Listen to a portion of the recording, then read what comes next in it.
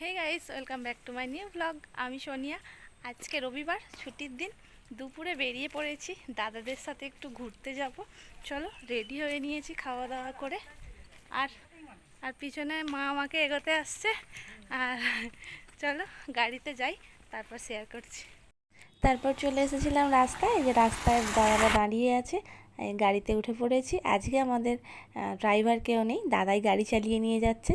4 ভাই বোনে আছি, আর একটা দাদা আছে। চলে এসেছি পাম্পে। পাম্প থেকে আমরা চলে গিয়েছিলাম সোজা যেখানে যেতে, মানে যেখানে গিয়েছিলাম সেখান থেকে ফিরে আমরা একটা রোড সাইডে চায়ের দোকানে দাঁড়িয়েছিলাম।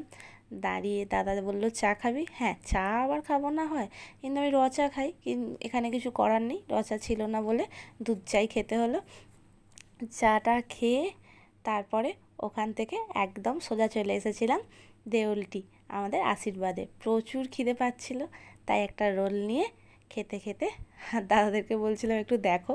খেতে খেতে একদম সোজা বাড়ি। ভিডিওটা কেমন লাগলো জানিও, ভালো লাগলে একটা লাইক কমেন্ট শেয়ার করো। দেখা হচ্ছে নেক্সট ব্লগে। টাটা।